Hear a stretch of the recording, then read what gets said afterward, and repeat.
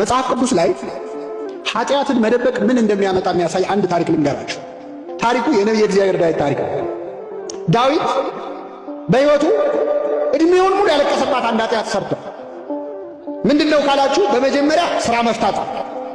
ሥራ ፈቶ በቤቱ ሰገነት ላይ ሲመላለስ ኦርዮ የተባለ ኬጢያዊ ሰው ሚስት ገላዋን ስትታጠብ አየ። ባየ ጊዜ ልቡ በዝሙት ጦር ተነደፈ። ማናት ይቺ ሴት ብሎ ጠየቀ።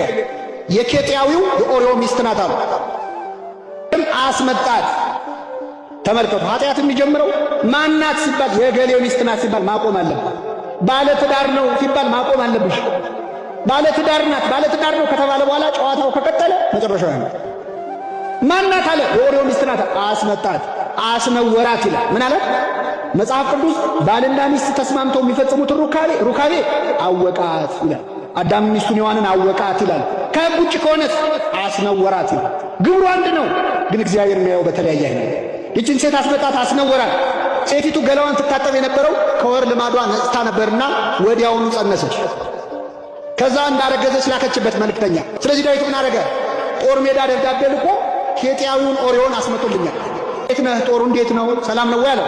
እግዚአብሔር ይመስገን፣ ታቦተ ጽዮንን ይዘን እግዚአብሔር አልተወንም፣ ጠላቶቻችንን ድል እየነሳን ነው። በልሽ ወደ ቤት ግባና አረፍ በላ ነው። ዓላማው ምንድነው? ዳዊት ገብቶ ከሚስቱ ጋር እንዲተኛና ልጁ የማን ነው እንዲባል፣ እሱ ነው እንዲባል። ኦርዮ ውጭ አደረ።